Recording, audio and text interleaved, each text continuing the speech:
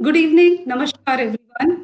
Women with wings के session में आप सबका स्वागत है। मैं आज की मॉडरेटर हूँ। मेरा नाम स्क्वाड्रन लीडर डिम्पल रावत है। मैं एचआर प्रोफेशनल हूँ। मैं बारको इलेक्ट्रॉनिक सिस्टम्स प्राइवेट लिमिटेड में डिप्टी जनरल मैनेजर एचआर के पद में कार्यरत हूँ। वुमेन विद विंग्स एक ऐसा प्लेटफॉर्म है जो इंस्पायर करता है, इनकरेज करता है एंड एम्पावर करता है वुमेन को। हर हफ्ते हम एक नई कहानी लेकर आपके पास आते हैं। एक अनोखी, यूनिक कहानी, एक वुमेन के चैलेंजेस की, सक्सेस की, उनके संघर्ष की। इसी श्रृंखला में आज हम फिर एक कहानी लेकर आपके पास आए हैं। आज की कहानी का शीर्षक है फांसी वाली रानी थी। हाँ जी, आज का हमारा ये एपिसोड समर्पित है निर्भया सिंह को, हमारी अपनी निर्भया ज्योति सिंह को। आज हमारे बीच में निर्भया की मम्मी आशा देवी जी हैं और वो इतनी बहादुर हैं, उनकी बहादुरी की हम आज पूरी संघर्ष की कहानी उनसे सुनेंगे। बहादुर माँ की बहादुर बेटी कहिए या बहादुर बेटी की बहादुर माँ कहिए। आशा जी, आपका बहुत-बहुत स्वागत है वुमेन विद विंग्स के प्लेटफॉर्म। नमस्कार। नमस्कार। 16 दिसंबर 2012 की उस काली रात को कौन नहीं जानता। निर्भया गैंग रेप, इस घटना का असर कई महीनों, कई हफ्तों, कई सालों तक रहा, बल्कि आज भी रूह कांप जाती है जब हम उस घटना को याद करते हैं। इसकी बर्बरता ने न केवल हिंदुस्तान में रहने वाले लोगों का, बल्कि विदेशों में रहने वाले लोगों का भी कलेजा छलनी कर दिया। एक जर्नलिस्ट का इंटरव्यू हाल में ही मैंने देखा, जिन्होंने इस स्टोरी को कवर किया था। वे कहते हैं कि इस स्टोरी का, इस घटना का असर उन पे इतना गहरा हुआ कि उसने उन्हें अंदर तक झंझोड़ के रख दिया। वे कहते हैं कि 10 से 12 दिन वे जहाँ कहीं भी जाते, लोग उनसे सिर्फ एक ही सवाल करते, "वह कैसी है? वह बच तो जाएगी ना? ठीक तो हो जाएगी?" ऐसा लगता था मानो निर्भया हर घर की है, हर की करीबी है। ऐसा उन्होंने अपने करियर में पहले कभी नहीं देखा था। निर्भया तो बहादुर थी, अंतिम सांस तक लड़ी, मगर होनी को शायद ये मंजूर नहीं था कि वह अपने मुजरिमों को फांसी के तख्ते पे लटकते हुए देखती। जहाँ उसकी सांसें खत्म हुई, वहीं आशा जी का संघर्ष शुरू होता है। आइए जानते हैं आशा जी से उनके संघर्ष की पूरी कहानी। आशा जी, मेरा पहला सवाल आपसे ये है कि अपनी बेटी को इस न्याय दिलाने के लिए आपको कितना संघर्ष करना पड़ा, जब पूरे भारत की जनता आपके साथ थी? जी, मैं सबको नमस्कार करती हूँ और आप सबको भी अपनी शुभकामनाएं देती हूँ। हम 2012 की बात करते हैं। जब 2012 में घटना हुई और जो निर्भया के साथ जो भी क्राइम हुआ, निर्भया की जान चली गई, पूरे देश एक आवाज में खड़ा हुआ कि नहीं, इस क्राइम के खिलाफ हम आवाज उठाएंगे, निर्भया को इंसाफ मिलना चाहिए। और मुझे भी लगा कि शायद अब ऐसा कुछ नहीं होगा, क्योंकि लोगों को साथ जोड़ने से, लोगों को एक साथ देखने से मुझे बहुत हिम्मत मिली कि हमको कोई नहीं जानता है, निर्भया को कोई नहीं जानता है, लेकिन फिर भी सब लोगों ने देश विदेश में आवाज उठाई, तो मुझे भी लगा कि शायद अब चीजें बहुत ठीक हो जाएंगी। मैंने भी अपना जी जान से इस क्राइम के खिलाफ आवाज उठाई कि नहीं, मेरे बेटी को इंसाफ मिलना चाहिए, इन मुजरिमों को सजा मिलना चाहिए, दोबारा ऐसा नहीं होना चाहिए। लेकिन शायद ऐसा हुआ नहीं। आप देख रहे हैं कि मैं इस केस को कंटिन्यू लड़ी। जज छुट्टी पे चले गए, कोर्ट की छुट्टियां पड़ गई, लेकिन हमारे हिसाब से हमारी एक भी छुट्टियां नहीं पड़ी। मैं इसको कंटिन्यू लड़ी। फिर भी देख रहे हैं कि 7.5 साल लग गए उनको सजा दिलाने। किस तरह से उनको सजा हुई, कितने बार फांसियां पोस्टपोन हुई, इस बीच में जैसे लगता था कि कहीं ना कहीं हमने ही गुनाह कर दिया है, इनके खिलाफ आवाज उठा के मैं ही मुजरिम बन गई। लेकिन आप सबका, पूरे देश का सहयोग रहा। कोई साथ खड़ा रहा, कोई फोन से साथ दिया, मैंने जो जहां था वहां से साथ दिया। आज उसका परिणाम है कि उन 4 मुजरिमों को सजा मिली, जैसे उन्होंने किया था उनको वैसे सजा मिली, और निर्भया को इंसाफ मिला। आपको बहुत-बहुत धन्यवाद। अगर हम इंस्पिरेशन की बात करें, तो जो महिला डीसीपी हैं, जिन्होंने केस की पैरवी करी, उनका कहना है, जब उनसे पूछा गया कि आपको इतनी इंस्पिरेशन इस केस को इतनी जल्दी क्लोज किया गया, कहाँ से मिली? वह कहती हैं कि वैसे तो उनके पड़ोसी, घर वाले, उनके फ्रेंड्स, रिलेटिव सब उन्हें फ़ोन करके कहते थे कि छोड़ना मत। परंतु वो कहती हैं कि सबसे बड़ी इंस्पिरेशन उन्हें जब वो निर्भया से पहली बार मिली, निर्भया की हालत बहुत नाजुक थी, वो आईसीयू में एडमिट थी, वो बोल भी नहीं पा रही थी। फिर भी उसने कहा कि मैडम आप मेरा केस लिख रही हैं, और उसने पूरी उस वारदात की रात की पूरी कहानी उन्हें सुना दी। वे कहती हैं उस बच्ची का कॉन्फिडेंस देखकर मतलब उन्हें बहुत आश्चर्य हुआ, और उसका जो थॉट प्रोसेस था, इतना क्लियर थॉट्स उसके दिमाग में थे, वो सब देखकर उन्हें बहुत हैरानी भी हुई कि इतने दर्द में ये बच्चा इतना कुछ बोल रहा है। और जो उन्होंने जो उनको बोला कि मैडम प्लीज छोड़ना मत उनको, कहती है उन वर्ड से, उस एक सेंटेंस से मुझे पूरी इंस्पिरेशन मिली, और मैंने इस केस को इतनी जल्दी सॉल्व किया। सो आशा दी, आपको इतनी शक्ति, माँ की शक्ति थी कि नारी शक्ति थी, ये कहाँ से मिली? क्योंकि ये बहुत बड़ा था, इतनी लंबी लड़ाई थी, तो ये कहाँ से आपको शक्ति मिली? देखिए, ये तो मैं भी नहीं जानती थी कि कौन सी शक्ति थी, लेकिन मैं तो यही जानती हूँ कि मेरी मेरी शक्ति मेरी बेटी ही थी। क्योंकि जिस तरह से उनके साथ घटना हुई थी, जितनी उनको तकलीफ हुई थी, मैंने 12-14 दिन उनके साथ रहा, मैंने एक एक सांस टूटते हुए देखा, और उतनी तकलीफ थी, मैं रोती थी लेकिन उनकी आंखों में आंसू भर जाता था, लेकिन वो दिखाती नहीं थी कि नहीं मैं परेशान हूँ, बोलती थी मैं ठीक हो जाऊंगी। उल्ट उन्होंने मुझसे, क्योंकि मैं जैसे थी वैसे घर से चली गई थी, 16 को गई और मैं 30 को वापिस उनके सिंगापुर से उनके 100 के साथ आई। मैं बीच में घर नहीं आई। तो जब उनको होश आया 2-3 दिन बाद, तो उन्होंने मुझसे पूछा कि मम्मी आपने नहाया नहीं, बाल नहीं बनाया? तो मुझे अंदर ही अंदर इतनी तकलीफ हुई कि जो बच्चा मौत से जूझ रहा है, उसको सांस लेने में तकलीफ हो रही है, और मुझे पूछ रही हैं कि आपने खाना खाया, आपने नहाया नहीं।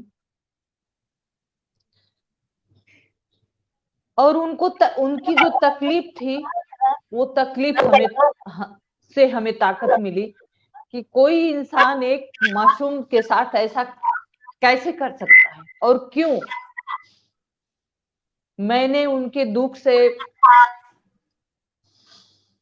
जो संघर्ष उनको देखा, संघर्ष करते 14 दिन देखा, मुझे उससे ताकत मिली। और जो तकलीफ थी उनकी, वो 14 दिन की तकलीफ मुझे 7 साल घर में सोने नहीं दिया। मुझे यही था कि मुझे पता था कि चाहे जो भी कुछ मैं करूंगी या होगा, ये मेरी बेटी वापस नहीं आएगी।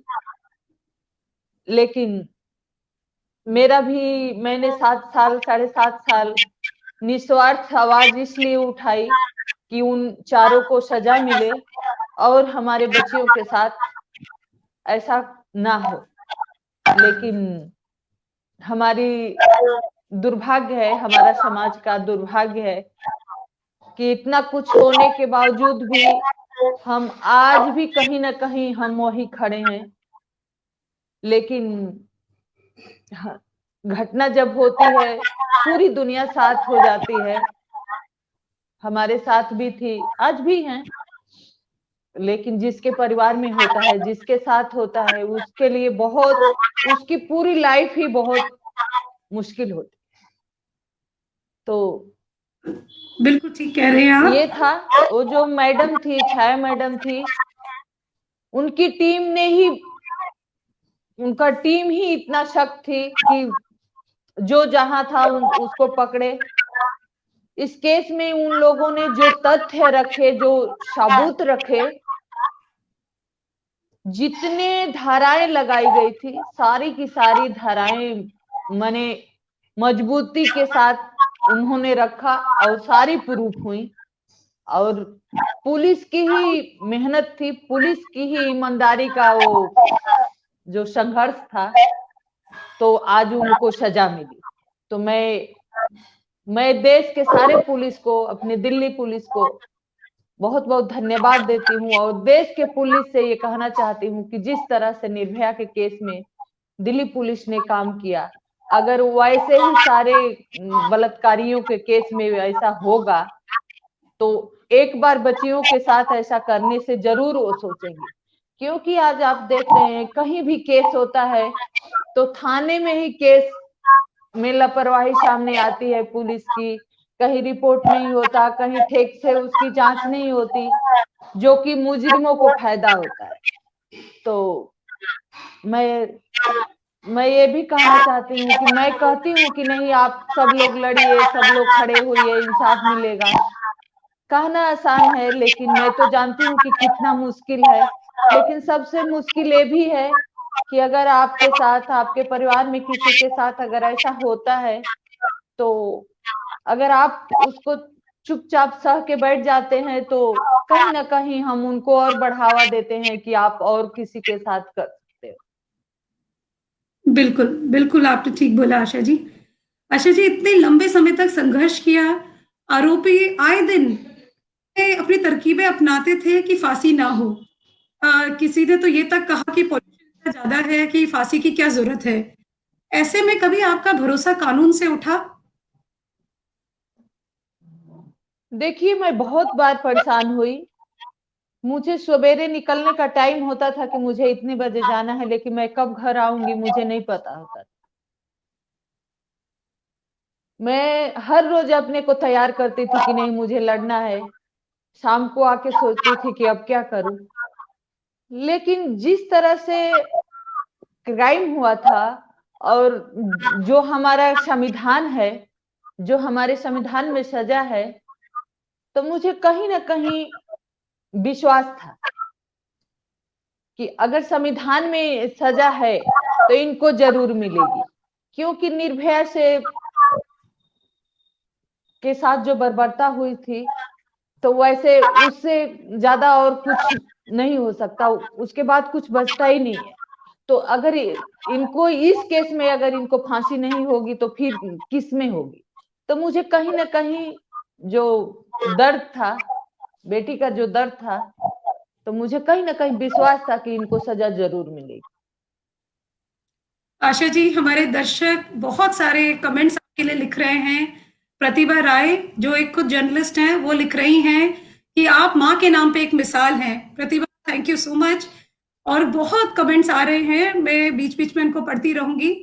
अ, अगला मेरा सवाल आपसे है कि इस घटना में देश में जैसा गुस्सा उठा, पहले कभी नहीं देखा गया। संसद तक सड़क से लेके संसद तक लोग एक ही नारे लगा रहे थे, justice for Nirbhaya, we want justice. पूरी दुनिया इधर की उधर हो गई। कुछ लोगों ने इसमें थोड़े नेगेटिव रिमार्क्स भी दिए। लोगों ने कहा, नेगेटिव तो नहीं बोल सकते, उन्होंने अपनी समझ से जो भी कहा कि जैसे आपको उन्हें माफ करना चाहिए। आपने जो उनको किया वो काफ़ी सराहा गया। और इसमें जनता को छोड़ के आपको किस-किस ने सपोर्ट किया? जनता तो आपके साथ थी ही, अभी आपने जैसे कहा पुलिस ने भी काफ़ी सपोर्ट किया। इसके अलावा किस-किस ने आपको सपोर्ट किया आशा जी? देखिए, हमारे लिए सबसे बड़ा सपोर्ट था पुलिस और जनता। जनता से और पुलिस से हमें पूरा सपोर्ट मिला। मुझे मेरे केस 7 साल चला, लेकिन पुलिस वाले अलग अलग जगह पे पोस्टेड हो गए। लेकिन जब भी हेयरिंग लगती थी, जब भी कोर्ट लगता था, तो जिसका जहां लगता था पुलिस आज भी हाजिर हो जाती थी। तो पुलिस का मुझे बहुत बड़ा सपोर्ट रहा। सबसे बड़े सपोर्ट जनता का रहा। मैंने पहले भी कहा था कि जो जहां था वहां से सपोर्ट रहा। जो यहाँ पे हैं उन लोगों ने हमारे को बहुत सपोर्ट किया, घर तक सपोर्ट किया। बच्चियों ने सपोर्ट किया, बच्चों ने सपोर्ट किया, घर में परिवार ने सपोर्ट किया, हमारे जो छोटे बच्चे थे बच्चों ने सपोर्ट किया। कभी उन्होंने हमसे शिकायत नहीं की कि आपने हमें समय नहीं दिया, हमें रोटी नहीं मिली हमें। तो बच्चों ने बहुत सपोर्ट किया, पूरे पूरे दिन बेगर खाए रह जाते थे, लेकिन कभी नहीं उन्होंने उफ तक नहीं किया कि मैंने खाना नहीं किया। तो सबसे जरूरी था कि बच्चे उतने बड़े नहीं थे लेकिन फिर भी सपोर्ट किया। तो हमें हर तरह से सपोर्ट मिला। और सबसे बड़ा सपोर्ट अगर कहिए तो हमें जनता से और पुलिस से मिला। हाँ जी, बिल्कुल। आशा जी, आपने बिल्कुल ठीक कहा। इतना कुछ हो गया, पर ऐसा लगता नहीं कि कुछ भी बदला है। आए दिन रेप की इतनी खबरें आ रही हैं। हाथरस का केस ले लीजिए, हापुड़ का ले लीजिए, उन्नाव का केस ले लीजिए। आपको क्या लगता है कि क्या उपाय किए जाएँ जिससे ये जड़ से ही ये प्रॉब्लम रेप वाली खत्म हो जाए? तो क्या उपाय हमें करने चाहिए इसके लिए? देखिए, इसका दोषी या जिम्मेवार एक आदमी नहीं है, एक संस्था भी नहीं है। अगर हम कहें कि नहीं सरकार जिम्मेवार है तो सरकार भी जिम्मेवार नहीं है। अगर इसमें सबको अपनी अपनी जिम्मेवारी से काम करना हो। सबसे जरूरी है कि हमें दिखाया जाता है कि नहीं सजा है, कानून है। जब घटना होती है बहुत सारे डिबेट होते हैं, चैनलों पे होते हैं, संस्थाओं में होते हैं, लेकिन उसके बाद सब ठंडा हो जाता है। जो हमारा कानून व्यवस्था है, कहीं भी एक प्रतिबद्ध समय नहीं है कि नहीं इतने समय के अंतराल में हाई कोर्ट से निकलेगा, लोअर कोर्ट से निकलेगा। तो कहीं ना कहीं हम यहीं पे मार खा जाते हैं। बहुत ऐसे केसेस सामने जो आती हैं कि क्राइम हो जाता है, बच्चियां मर जाती हैं, बच्चियों को जला दिया जाता है, लेकिन उनको अरेस्ट करने में, उनके खिलाफ एफआईआर करने में, उनके चार्जशीट करने में 4-4 साल निकल जाते हैं। और इसी बीच में वो बेल पे निकल जाते हैं, किसी न किसी बहाने से वो छूट जाते हैं, फिर दोबारा क्राइम करते हैं। तो कहीं ना कहीं ये हमारा जो व्यवस्था है, जो कानून व्यवस्था है, जो न्याय व्यवस्था है, यहाँ पे बहुत बड़ी कमियां है। दूसरी, आपने देखा होगा कि आप हमसे भी पूछ रहे हैं कि हम क्या कर सकते हैं। तो जो इस केस अपने केस में जो हमें संघर्ष करने को मिला, तो कहीं ना कहीं उसका जवाब भी हमें मिलता गया। जैसे घर वाले हैं, चाहे कुछ भी हुआ हो, वो कह रहे हैं कि हमारा बच्चा निर्दोष है। तो जब तक वो मुजरिम है, हम उनको रियलाइज नहीं कराएंगे कि नहीं उसने गलती किया है। कोर्ट में है, जब हेयरिंग चलती है, कोर्ट को पता है, जज को पता है, सबको पता है, वकील को पता है कि नहीं गलत हुआ है, लेकिन वो कहते हैं कि सबूत नहीं है। तो सबूत क्यों नहीं है? क्योंकि थाने से ही गड़बड़ हो गई है, पोस्टमार्टम से ही गड़बड़ हो जाता है, मेडिकल जो होता है उसमें गड़बड़ हो जाता है। तो ये सारी की सारी जो हमारी व्यवस्था है, चाहे मेडिकल व्यवस्था है, चाहे पुलिस व्यवस्था है, चाहे सबसे बड़ी हमारी न्याय व्यवस्था है, जो हमारी जिसको हम न्यायपालिका कहते हैं, उसकी जिम्मेवारी है कि जो भी हमारी व्यवस्था है वो अपनी जिम्मेवारी से काम करे। क्योंकि मैं अपने केस के दौरान बहुत कुछ देखा है, खास करके जब इनकी फांसी की डेट पड़ रही थी, जो हमारे राज्यों के आर्टिकल होते हैं, जो आर्टिकल है जेल मैनुअल है, उसमें तो कहीं विक्टिम का नाम ही नहीं है। उनका अधिकार है कि उनको अंतिम सांस तक उनको मौका दिया जाए। हम विक्टिम होके हम इंतजार कर रहे हैं कि उनका अधिकार खत्म हो और उनको सजा मिले, हमें इंसाफ मिले। तो कहीं ना कहीं अगर ऐसा हो रहा है तो हमारी व्यवस्था कमी है। हमारा सबसे मेन एक यही कहना है कि जो भी रेपिस्ट है या बच्ची है दुनिया में नहीं है, अगर उसने रेप किया है, अगर उसके खिलाफ प्रूफ हो गया है, तो किसी कीमत पर उसको बेल नहीं मिलनी चाहिए।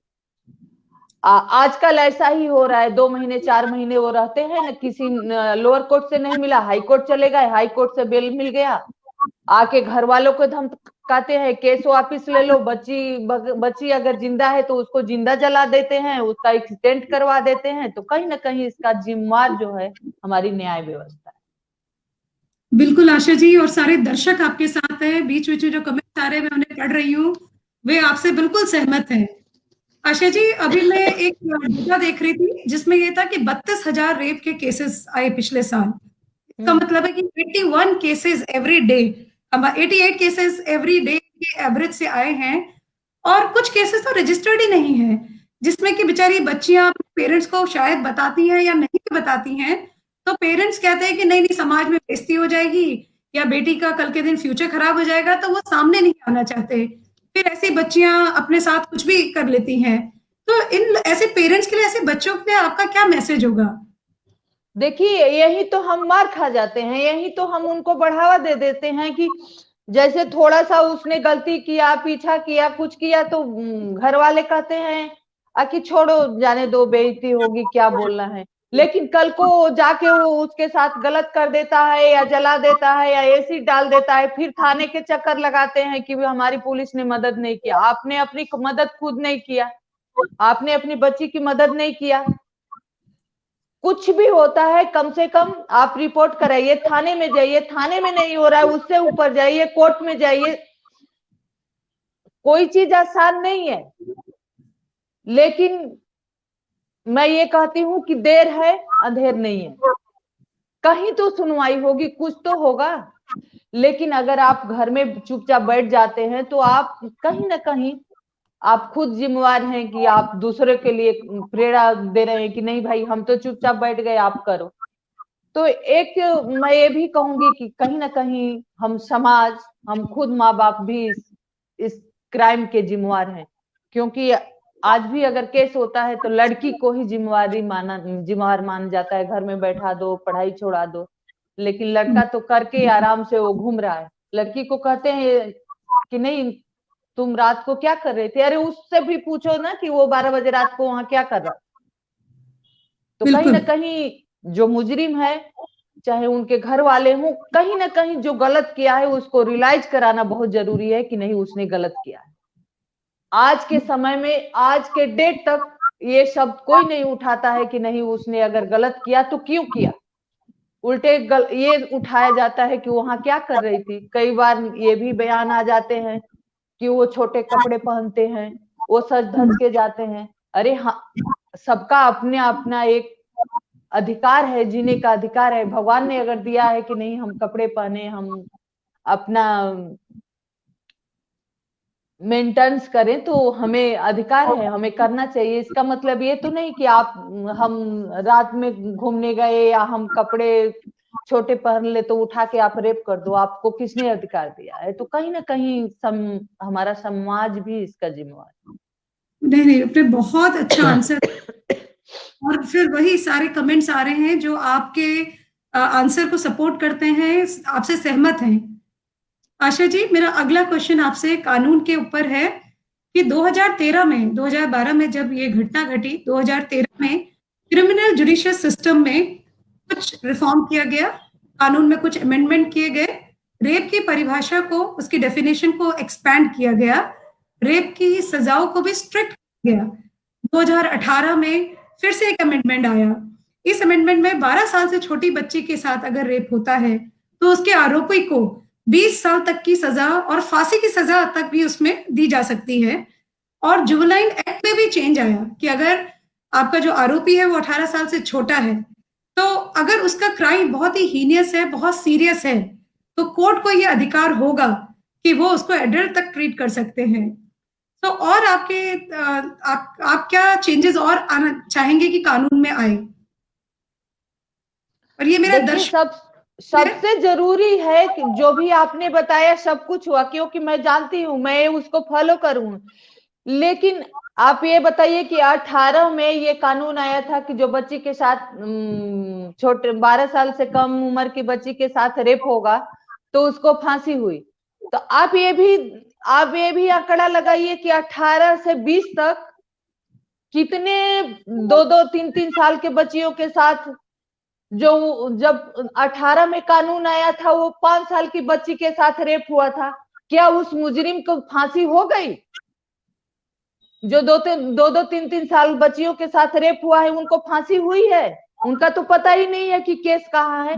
तो सबसे अगर जरूरी बदलाव की जरूरी है, ठीक होने की जरूरी है, तो हमारी कोर्ट। आप देखिए, इस सर्दी के मौसम में 1 महीने की छुट्टी हो जाएगी, गर्मी के मौसम में 1.5 महीने की छुट्टी हो जाएगी। यहाँ तो हर 1 घंटे में, हर आधे घंटे में रेप होते हैं। 10-20 साल में एक मुजरिम को फांसी हो जाएगी, एक केस में फांसी हो जाएगी। 20 साल में रेप तो हर घंटे में हो रहे हैं। तो कहीं ना कहीं ये हमारी जो व्यवस्था है, कानून व्यवस्था है, जो कोर्ट की हालत है, वो बिल्कुल ठीक नहीं है। तो कोर्ट में मान लीजिए, आप कोर्ट में फांसी बना के कागज में रख दिए कि नहीं, 12 साल की बच्ची के साथ रेप होगा तो फांसी होगा, लड़की के साथ रेप बलात्कार होगा तो उसको फांसी होगा। अगर उसकी ट्रायल ही 10 साल में पूरी नहीं होगी तो वो वैसे ही वो अच्छा, ये भी लिखा है कि अगर 10 साल किसी को लोअर कोर्ट से फांसी सुनाई गई है और 10 साल में उसको फांसी नहीं दी जाती है, तो वो फिर उसका अधिकार है कि वो याचिका लगा के वो अपनी फांसी को माफ करवा सकता हो। तो ये गलती आपकी है ना कि आपने कोर्ट में 10 साल लगाया क्यों? आप 10 साल से पहले इसको निपटाइए। तो मैं तो यही कहना चाहती हूँ कि फांसी की सजा तो सुना दी जाती है, फांसी की सजा कागज में है भी, लेकिन फांसी देने का इनका विचार नहीं होता है। 10 साल 20 साल लटका देते हैं लोग, कोई मर जाता है, कोई भूल जाता है, कोई थक के बैठ जाता है। तो कहीं ना कहीं ये हमारी व्यवस्था की कमी है, कानून की कमी नहीं है। कानून जो है वो पर्याप्त है, अगर उस पे भी सही मायने में काम हो तो। बिल्कुल, जैसे आप ये निर्भया केस में देखिए, सब कुछ बिल्कुल साफ था, मुजरिम इतनी जल्दी पकड़े गए थे, उसके बाद भी 7 साल लग गए। 7 साल 3 महीने बहुत बड़ा टाइम होता है। बिल्कुल, हम आपसे सहमत हैं Asha ji, thank you so much.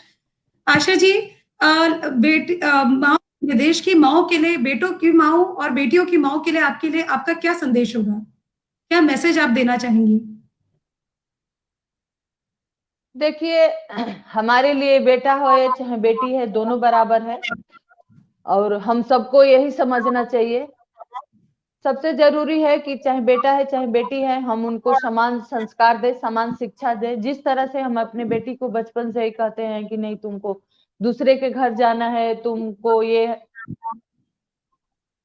इतने समय तक घर बाहर नहीं रहना चाहिए, तो यही चीज कहीं ना कहीं हमें अपने बेटों को भी जरूरत है कि हम उनको दें, बताएं।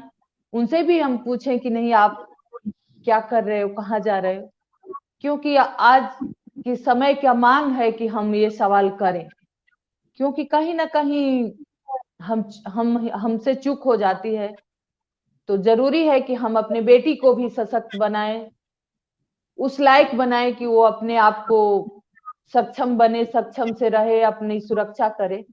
लेकिन सबसे जरूरी है कि हमारा जो हम महिला सशक्ति के नाम पे जो हम काम कर रहे हैं, प्रोग्राम करते हैं, तो हमें तो लगता है कि अब पुरुषों को सशक्त करने के लिए अवेयरनेस की जरूरत है कि वो सशक्त हों, कि जिस तरह से अपने घर में अपने माँ बेटा बेटी या जिसको मान सम्मान करते हैं, बाहर भी उनके साथ भी वैसा व्यवहार करें।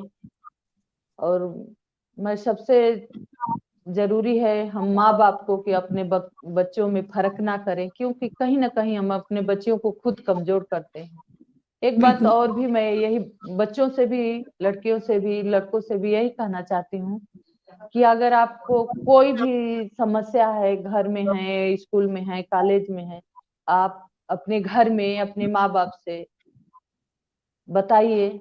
माँ बाप का भी हमारा धर्म बनता है कि हम अपने बच्चों के साथ समय समय दें, जो भी हमारे पास समय है हम उनको समय दें, उनको टटोलें कि आखिर ये किस समस्या से जूझ रहे हैं, क्या तकलीफ है, क्या ये करना चाहते हैं। आजकल देख रहे हैं कि छोटे छोटे चीजों के लिए कॉलेजों में कहीं भी लड़कियां फांसी लगा लेते हैं, लड़के फांसी लगा लेते हैं। नंबर नहीं आया तो फांसी लगा लिए, फेल हो गए तो फांसी लगा लिए। तो हर समस्या का समाधान फांसी नहीं है। तो हमें इस पे बात करना चाहिए, हमें बड़ों को भी बात करना चाहिए, बच्चों के साथ बैठ के बात करना चाहिए हम प्रोग्राम करते हैं, उसमें भी हमारे पास बच्चे आते हैं, हमें उनसे भी बात करना चाहिए कि फांसी एक समस्या का समाधान नहीं है। समस्या का समाधान हम खुद निकाल सकते हैं, उससे बात करके, जो तकलीफ है उससे लड़ करके। बिल्कुल, बहुत बाकी हमारे बच्चे, हमारे लोग बहुत पढ़े लिखे हैं, आप सब लोग अच्छा काम कर रहे हैं। मैं आप सबको धन्यवाद देती हूँ और अपनी शुभकामनाएं देती हूँ कि मैं तो एक माध्यम हूँ, आप लोग हमारे साथ जुड़े रहिए, हमको भी जोड़े रहिए कि हम सब मिलके एक अच्छा बिल्कुल, माहौल लाएं। कहना मुश्किल है, बहुत तकलीफ होता है, क्योंकि हमने तो रात दिन देखा है, लेकिन निराशा दिखती है, लेकिन हम लोग अपनी कोशिश करते रहेंगे, कहीं ना कहीं कोशिश काम आएगी और एक दिन जरूर हम सफल होंगे। हाँ जी। नमस्कार। इसी बीच में पता है आपको 3-4 लोगों ने सेम क्वेश्चन पूछा है कि आप अगर देखें तो रेपिस्ट जो होते हैं मैक्सिमम वो जानने वाले लोग होते हैं। ये मैक्सिमम फैमिली मेंबर होते हैं, तो इस समस्या का क्या, मुझे लगता है इसका आंसर जो आपने अभी दिया, मुझे तो मेरी समझ में तो वही लगता है कि घर में औरतों को, माओ को ही समझाना पड़ेगा अपने बच्चों को, उनको संस्कार देने पड़ेंगे। तो आई थिंक थोड़ा सा मैं आपसे भी जानना चाहूंगी इसके बारे में, ये जो क्वेश्चन दर्शक आपसे जानना चाहते हैं।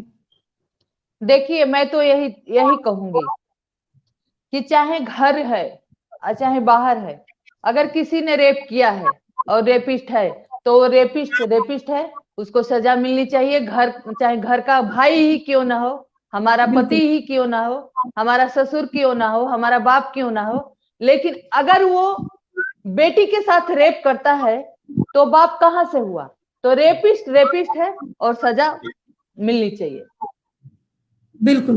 नहीं, नहीं, बहुत अच्छा आंसर आपने दिया।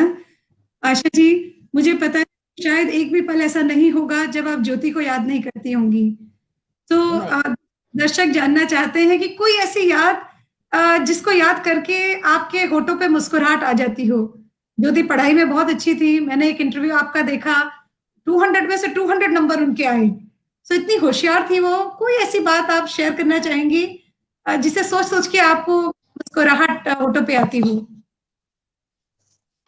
देखिए, अब तो शायद वो चीज ही भूल गई हमको कि मैं उनके बारे में सोच करके हंसूं, क्योंकि जो चीजें हमारे सामने से गई है, 7 साल में वही चीजें याद रही। अगर आप 7 साल के 2012 से अब तक का एक एक चीज पूछेंगे, हम कहाँ गए, कैसे लड़े, हम एक एक चीज बता देंगे,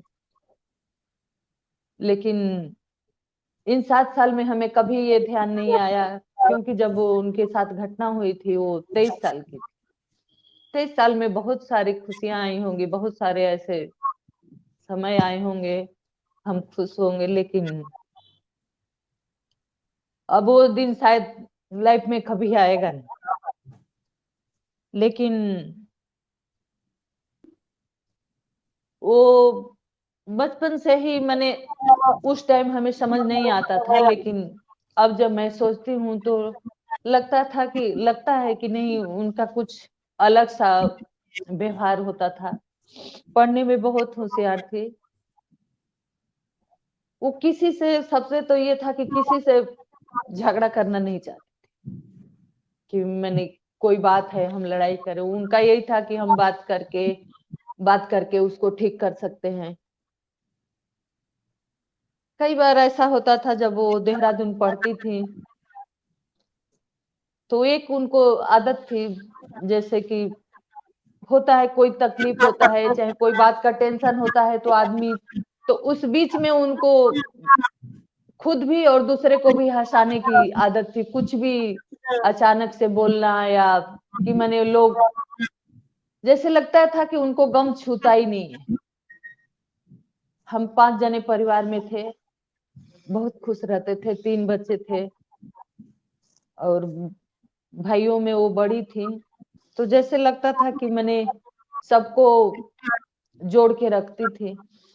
कई बार हमसे तो थोड़ा सा, तीनों बच्चे थोड़े डरते थे, क्योंकि मैं थोड़ा सा प्यार के साथ साथ मैं सख्त रहती थी, तो कुछ भी होता था तो पापा के पास जाती थी। तो पापा से वहां से कहेंगी तब मेरे पास आएंगी, तो पापा से उनका थोड़ा सा ज्यादा था लगा। कभी कभी देहरादून से आती थी तो छुप दरवाजे के पीछे छुप जाती थी, और जब उनके पापा आएंगे ऑफिस से तो एकदम से हाउ बोल के खड़े हो जाएंगे आगे। तो ऐसे छोटे छोटे चीजें होते थे, खुश होते थे हम। लेकिन अब तो उस चीज को भी सोच के तकलीफ होती है। लेकिन आशा जी, हमारे दर्शकों में बहुत सारे मेल इसको देख रहे हैं और मुझे इतनी खुशी हो रही है, वो इसको इतना सपोर्ट कर रहे हैं। आप जो बोल रही हैं, much all the wonderful men who are watching our show, because we can only be empowered when you will empower us, enabling us and empowering us. Thank you so much. Asha ji, मेरा next question ये है कि लड़की औरतों को अपने अंदर कौन सी एक चीज ऐसी है जो बदलनी चाहिए अपने आप को ज्यादा पावरफुल बनाने के लिए? तो हमें क्या ऐसा एक बदलाव लाना जरूरी है अपने अंदर?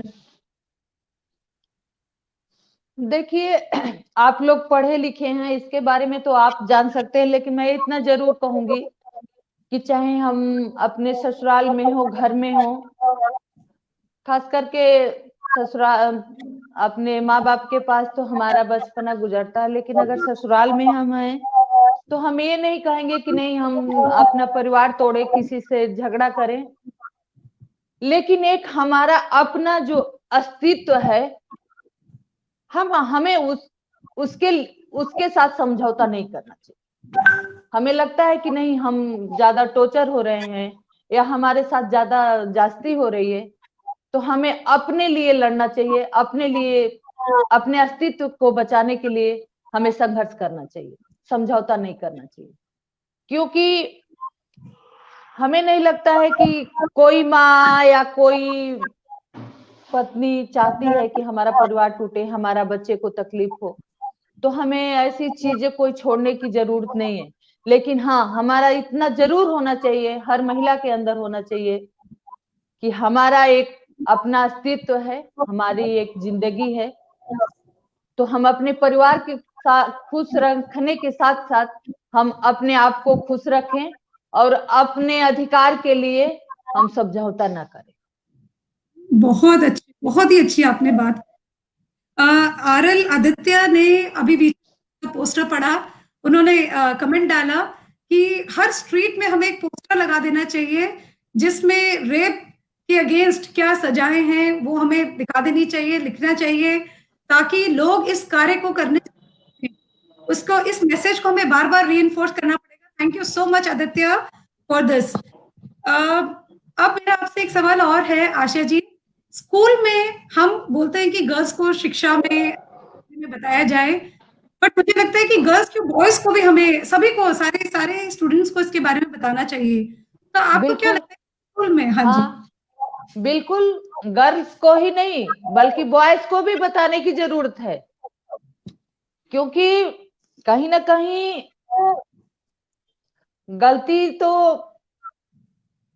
वहीं से होती है।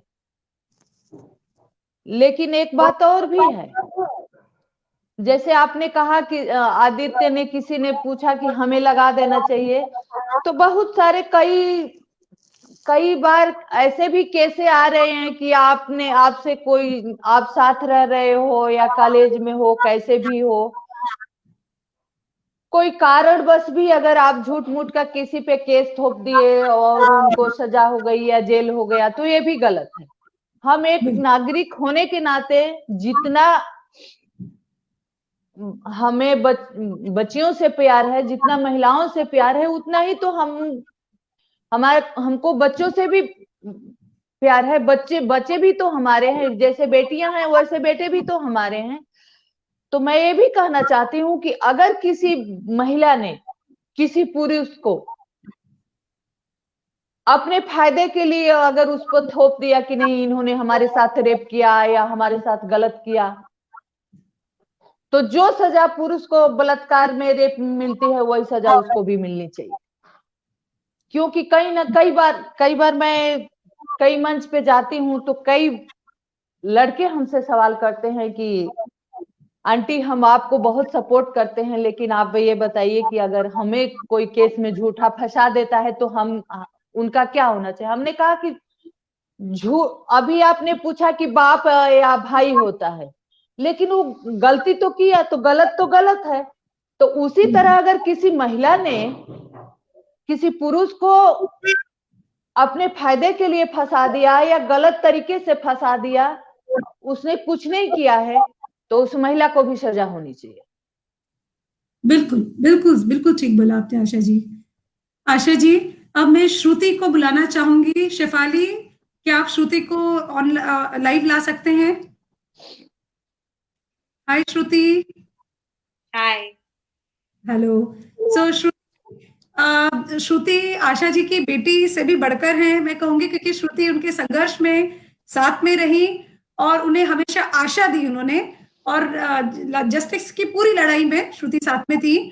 और उनकी ये जो ट्रस्ट है, निर्भया ट्रस्ट, श्रुति उनमें काफी हेल्प करती है आशा जी को।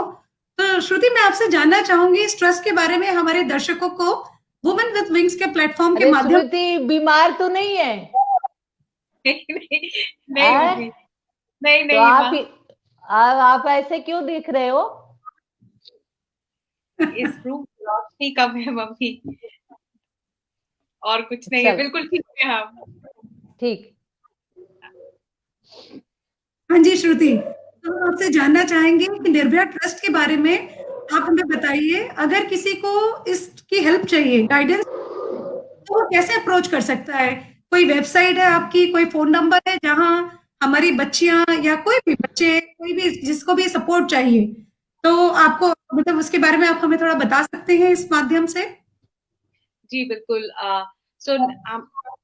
2013 में निर्भया ज्योति ट्रस्ट फाउंडेशन हम लोगों ने स्टार्ट किया था, जिसके मतलब बद्रीनाथ जी और आशा जी दोनों इसके संचालक हैं। पहले हम लोग इसके थ्रू अपने 16 दिसंबर के इवेंट को चलाते थे। हमारे पास जितने भी रिसोर्सेज आते थे वो इसी के थ्रू आते थे। 2017 के बाद से काफी तेजी आई थी इसके काम में। अभी चूंकि केस खत्म हो चुका है, निर्भया ज्योति ट्रस्ट के द्वारा हम जो काम करना चाहते हैं वो है policy advocacy and the changes that a judicial system requires for rape. Rape के लॉज अभी भी काफी ढीले हैं, और जिस तरीके से माँ ने बहुत क्लियरली शेयर किया कि जो ह्यूमन राइट्स भी है वो टिल्टेड है क्रिमिनल्स की तरफ। There is not protecting a victims right. तो उस तरफ की जितनी भी पॉलिसी एडवोकेसी है हम लोग उस पर काम करना चाहते हैं। बट अगर ब्रॉडर स्पेक्ट्रम में हम बात करें तो निर्भया ज्योति ट्रस्ट के द्वारा हम वेरी एक्टिवली रेप केसेस पे काम करना चाहते हैं, और हम लोग काम करें crime against women. The reason to choose crime against women and to talk about domestic violence and all of that, ये इसलिए हम लोगों ने चूज किया काम करने के लिए, क्योंकि बहुत क्लोजली इंटर रिलेटेड है ये मामला। कई रेप केसेस तो बाहर सिर्फ इसलिए नहीं आते हैं क्योंकि वो घर पे होते हैं। हमारे पास जितने लोग कनेक्ट करते हैं, जब हम उनसे बात करते हैं तो हमें पता चलता है कि एक तो पहली चीज समझने वाली बात हो जाती है कि मोस्ट ऑफ द केसेस में देखा जाता है कि rapist is known to the victim, so which means वो इनर सर्कल से है। दूसरी चीज, अगर हम साइकोलॉजी की बात करें रेपिस्ट की, तो रेप कमिट करने से पहले वो कई बार अपने दिमाग में उसको कंडक्ट कर चुका होता है। वो अपने विक्टिम को आइडेंटिफाई करके करता है। It is talking about a criminal mindset.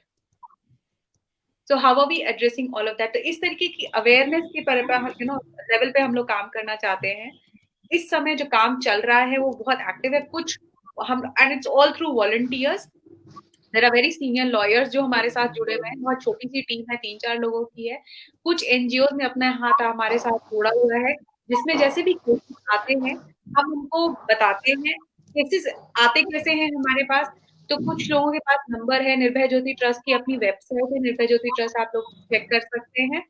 वहां पे कॉन्टैक्ट इन्फॉर्मेशन दिया हुआ है। इस तरह के प्लेटफॉर्म के बाद हमारे पास अक्सर लोग आते हैं अपने केसेस को लेकर या रेफर करते हैं।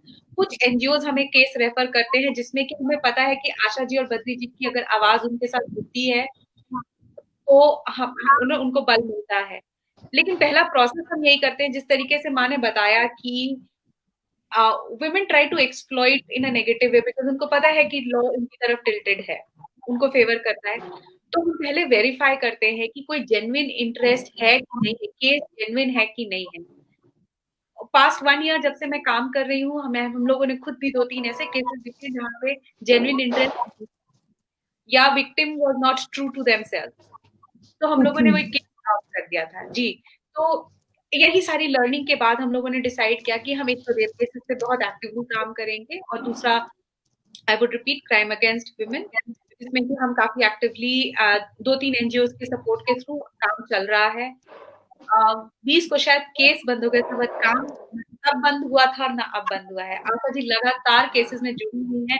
जब हाथरस का केस हुआ था या उसके बाद कोई भी केस हुआ था, मुझे याद है, आपने सुना मैं उनको माँ बुलाती हूँ, तो मैंने उनको फोन करके पूछा क्या कर रही हैं, बोली रखो फोन, मीडिया में जा रही हूँ। मैंने कहा माँ रुक जाइए, अब थोड़ा आराम कर लीजिए। कह रही है बेटा अगर आवाज बंद हो गई तो लोग सुनना छोड़ देंगे, बिल्कुल, बहुत सही। फिर लड़कियां कहाँ जाएंगी। दूसरी चीज जो थैंक यू। तो बहुत साथ अच्छा, साथ बहुत की अपनी लड़ाई को जितने पास से मैंने देखा है, लास्ट 9 महीने में जब केस पे देखा मैंने लोगों को, माँ पापा को, मुझे समझ में आया कि एक विक्टिम के लिए या विक्टिम की फैमिली के साथ क्या होता है। इसी रीजन से कोशिश यही है कि हम जैसे पढ़े लिखे लोग जो शायद थोड़े ज्यादा समझदारी से we can actually very strongly speak to the system than anything else। अगर हम एक अपने पेट्रियार्कल माइंडसेट को चेंज करने की हिम्मत रखें तो बहुत बड़ा चेंज सिस्टम को इन्फोर्स करेगा चेंज लाने में। आज सिस्टम इस चीज का एडवांटेज ले रहे हैं कि हम जैसे पढ़े लिखे लोगों के साथ जब ऐसा कुछ होता है ना, तो हमारे करियर का बात करके या हमारी शादी अच्छी जगह नहीं होगी या लोग क्या कहेंगे, अरे जब रिश्तेदार आपको आप गलत तरीके से छू रहा है तो आपका रिश्तेदार कैसे है, ये इस बिल्कुल। सवाल का लोग भी जवाब नहीं देते हैं। तो उस बदलाव का जो गैप ब्रिज करना है, because if you understand, Asha ji और बद्री जी के माइंड में ऐसा कोई फिल्टर नहीं है। उन्होंने ज्योति को सिर्फ शिक्षा नहीं दी, वो मार्शल आर्ट जानती थी और वो लड़ी थी। उस छोटी सी बस की जगह में वो शायद 6 लोगों के साथ नहीं लड़ पाई, वो नंबर ज्यादा थे, बट वो लड़ी थी। मैंने उन डॉक्टर्स और नर्सेस से बात करी थी, मैंने उनसे बात करी थी जिन्होंने ज्योति को सबसे पहले उठाया था जब वो सड़क पे पड़ी हुई थी, जब पहली चादर उसके ऊपर लपेटी गई थी आदमी करके, और आधी उस बच्चे को दी गई, दूसरे लड़के को दी गई थी। उन्होंने बताया कि वो होश में थी और वो कह रही थी कि मुझे इस तरीके से बचाया जा सकता है। सफदरजंग के डॉक्टर्स आज भी याद करके क्लियरली बोलते हैं कि उस जैसा विक्टिम, उतना हिम्मत वाला बच्चा हमने नहीं देखा। तो इसी आवाज को जिंदा रखना बहुत जरूरी है, क्योंकि जो लोग सुन रहे हैं, जो लोग बाद में जानना जरूरी है कि ये हमारी अपनी लड़ाई है और हमें खुद से लड़नी पड़ेगी। तो हम केस में आगे से आवाज नहीं देते हैं, empowering those victims, खड़ी हो और हम तुम्हारी आवाज तुम्हारी सहायता, क्योंकि अगर खुद से चलना नहीं सीखेंगे चल नहीं पाएंगे। बहुत अच्छा श्रुति, आपने बहुत अच्छा बोला, बहुत अच्छा। तो जो लोग जुड़ना चाहते हैं, हाँ जी, जो please. And like I am telling कि जो गैप हम ब्रिज करना चाहते हैं, उसके लिए मैंने एक फॉर्म शेयर किया हुआ है, वो लिंक मैं आपके साथ अभी शेयर कर दिया होगा वुमेन विद विंग्स के साथ। जो लोग इस अभियान से जुड़ना चाहते हैं in what ever capacity, form में हम लोगों ने डिटेल्स डाले हुए हैं। हमारा काम legal advice, human right advice, counselling और उसके बाद सोशल मीडिया या राइटिंग के उसमें होता है। हम लोग रिसर्च भी कर रहे हैं, रेप क्यों हो रहे हैं, what is the trend which is coming up. जैसे कि अगर आप पूरे केसेस को एनालिसिस करते हैं तो पहले रेप एक आदमी करता था, अब गैंग रेप्स होते हैं। It is because easy to manage away. तो इस तरीके के जो क्राइम सीन पे या सिस्टम को हमें किस तरीके से अपनी बात रखनी है, उन सब चीजों के लिए हम जो रिसर्च कर रहे हैं, हम पढ़ाई कर रहे हैं, लॉ स्टूडेंट्स जुड़ना चाहेंगे, क्या anybody who wish to kind of contribute to this criminal psychologist है, हम उन लोगों को हम उनसे रिक्वेस्ट करेंगे कि they should come forward. as like I know that this is a platform where most of us are career oriented, हमारी कॉर्पोरेट जॉब है। मैं खुद एक एचआर हूँ। मेरा हर वीकेंड आशा जी के निर्भय ज्योति ट्रस्ट के साथ जाता है। So it is not that because you have a career you cannot work for these things, you have to have an intention, and that's my request today कि अगर आपको लगता है and you feel ये सिर्फ एक एपिसोड देख के या उसके बारे में सोच के या 10 मिनट उसको थॉट देके अब करना कुछ नहीं है, आई थिंक वो टाइम है हमारा निकल चुका है। हमने खुद भी खुद को इतना कमजोर बनाया है, हमने सिस्टम को इतना कमजोर ओवर पावर कर दिया है कि आज जरूरत है हमारी आवाज उठाने की। और अगर हमारे साथ आशा जी जुड़ी हुई है, it's a pure blessing for us. Shruti, आपके लिए इतने सारे कॉम्प्लीमेंट्स आ रहे हैं। प्रतिभा ने लिखा है कि अगर श्रुति जैसी लड़कियां इस समाज में होंगी तो रेप पे रोक लग जाएगी। वो इतनी ताकतवर है, इतने you are a pillar strength, जो आशा जी के लिए ही नहीं है बल्कि इस पूरे समाज के लिए है कि अपने पूरे वीकडेज में काम करके वीकेंड में स्ट्रेस पे काम कर रही हैं। और वुमेन ऑफ विद विंग्स में आने के लिए आपका बहुत बहुत धन्यवाद। मेरा आखिरी सवाल आशा जी और श्रुति दोनों से ही है कि वुमेन विद विंग्स में भी हम इस तरह का एक डिपार्टमेंट बोलिए या भाग छोटा सा खोलने का सोच रहे हैं, जहां जिन भी वुमेन्स को इस हेल्प की जरूरत है वो आए और हम उनको हेल्प कर सकें। तो ऐसे में अगर हमें आपकी गाइडेंस की जरूरत होगी श्रुति, आपके एडवाइस की जरूरत होगी, सपोर्ट की जरूरत होगी, क्या आप वुमेन्स विद विंग्स को सपोर्ट करेंगी? आई थिंक माँ इसका जवाब दे सकती है। हाँ, बिल्कुल करेंगे। तो निर्भय ज्योति क्योंकि ट्रस्ट ये अब अकेले का काम नहीं है, ये आप जैसे बहुत सारे पढ़े लिखे लोगों की जरूरत है। सबकी अपनी अपनी राय होगी, सबका अपना अपना काम होगा, तो हम बिल्कुल सपोर्ट करेंगे आपको। Thank you so much. Shifali, कोई दर्शकों के क्वेश्चंस जो आप चाहती हैं तो प्लीज डिस्प्ले कर दीजिए, मैं पूछ लेती हूँ। अभी हमारे पास 2-3 मिनट का टाइम है। जब तक वो क्वेश्चन आ रहा है, प्रतिभा, मैं एक बात आपको बताना चाहती हूँ कि it is not only me, it is all of us. सबसे बहादुर वो लोग थे जो 2012 में 16 दिसंबर के बाद सड़कों पे उतरे थे। कोई नहीं जानता था कि ज्योति कौन है, आशा जी कौन है, बद्रीनाथ है, और वो लाखों में थे। मैं उनसे कितने लोगों से मिली हूँ जिनके कपड़े फाड़े गए थे, जिनको डंडे पड़े थे, जो मतलब सर पे पड़ी थी, सर फटा था, पीठ पे पड़ी थी। I think we are the warriors. But obviously अगर आशा जी अब इस लड़ाई में इतनी हिम्मत नहीं बांध के रखती, बट अगर सपोर्ट की बात की जाए तो जो एंड 16 दिसंबर को वो लोग जो डंडे खाए थे, जिनके कपड़े फटे थे ना, वो आज भी आते हैं। पिछले साल जब मैंने खुद कोऑर्डिनेट किया था, I was doing the entire event planning, मैं उन लोगों से मिली थी, चुपचाप पीछे खड़े थे, उनको इनविटेशन भेजने की जरूरत नहीं थी। वो हर कोई अपनी इच्छा से आता था और कहता था हम पिछले 6 साल से आ रहे हैं, हम 7 साल से, और हम तब तक आते रहेंगे जब तक कि न्याय नहीं हो जाता। तो it is a beautiful experience. Aditya, RL Aditya का एक क्वेश्चन है कि जो एसिड अटैक्स हो रहे हैं, इनके सर्वाइवल के लिए आपको क्या कहना है? कि आपकी आदित्य, मैं संस्था संस्था के द्वारा, निर्भय ज्योति ट्रस्ट के द्वारा तो हम काम नहीं कर रहे हैं। मैं अलग से उनकी जो संस्था चल रही है उसमें काम करती हूँ। माँ ने, लेकिन मैं आपको बता दूं कि उसके बारे में माँ भी आपको डिटेल्स में बताएंगी कि जब लक्ष्मी अग्रवाल, जिसके नाम पे छपाक पिक्चर बनी है, लक्ष्मी जी और आशा जी बहुत क्लोजली काम करते हैं। कई मौकों पर आशा जी ने खुद लक्ष्मी के एजेंडा को सपोर्ट दिया है एंड आज भी करती आ रही हैं। तो माँ, अगर आप बताएं तो ज्यादा अच्छा रहेगा इस बारे में। हाँ, लक्ष्मी का जब इस केस हुआ था 2012 में, उसी टाइम पे लक्ष्मी का भी केस चल रहा था, वो हमसे मिली। तो हम जब जुगनाइल का हो रहा था, ये छूटने वाला है या छूट जाएगा, तो हम जब 2015 में जब हम मिले थे प्रधानमंत्री जी से, तो हमने 5-6 पॉइंट दिया था, जिसमें एक एसिड अटैक वालों का था। तो उसपे उन्होंने कहा कि नहीं हम इसके लिए कर रहे हैं। तो बाद में उसके लिए आया था कि नहीं, पहले सजा नहीं थी, तो अब तो उनको सजा का भी कानून हो गया है।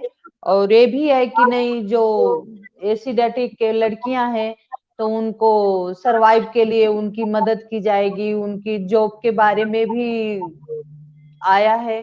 तो मुझे लगता है कि अब कोई भी ऐसा केस है तो उनको सजा जरूर होगी, और मुआवजे के हिसाब से भी उनको उनकी हेल्प की जाएगी। तो मेरी जानकारी है कि मैं अपने संस्था के माध्यम से तो इसमें काम नहीं करती हूँ, लेकिन अगर मेरे पास ऐसा कुछ केस आता है तो उसके लिए मैं जरूर आवाज उठाती हूँ, और बातचीत करके जहां भी मैंने इस पे काम होता है मैं उनको सपोर्ट करती हूँ। Thank you so much Asha ji. आप यहाँ आई, आपने हमारे दर्शकों से भी बात करी, उनके प्रश्नों का उत्तर दिया। आज आपने ना जाने कितनी माओ को इंस्पायर किया है, मैं यही कहूंगी। और मैं आप सबका धन्यवाद करना चाहूंगी, वुमेन्स विद विंग प्लेटफॉर्म का धन्यवाद करना चाहूंगी। मेरी जो टीम है, सोशल मीडिया टीम है, शेफाली संगर, जो सबसे बड़ी आई थिंक ओनर है उसको, उनको बहुत बहुत धन्यवाद करना चाहूंगी। और मैं अंत में यही कहूंगी, किसी ने उसे निर्भया कहा, किसी ने उसे दामिनी, क्योंकि वो सिर्फ आपकी बेटी नहीं थी, वो इस पूरे देश की बेटी थी। सड़क से संसद तक, महानगरों से कस्बों तक, उस एक बेटी ने बदलाव की ज्योति जला दी। आशा जी, ज्योति आज भी जिंदा है, हर माँ की कोख में, हर पिता की गोद में, हर भाई की कलाई में, हर बहन की राखी में। ज्योति हमेशा अमर रहेगी। आशा जी, आपकी बहादुरी, आपकी साहस, आपकी हिम्मत, आपके हौसले को मेरा स्क्वाड्रन लीडर डिंपल रावत का बिग सल्यूट। जय हिंद। थैंक यू सो मैं मच। भी आप सबको बहुत बहुत धन्यवाद देती हूँ। मैं एक बात कहना चाहती हूँ कि हमें, हमारे धर्म में लोग तपस्या करते हैं, साधु महात्मा 12-12 साल तपस्या करते हैं, तब उनको उसका फल मिलता है। तो आप सब लोग हैं, आप सब लोगों के साथ मैं भी हूँ।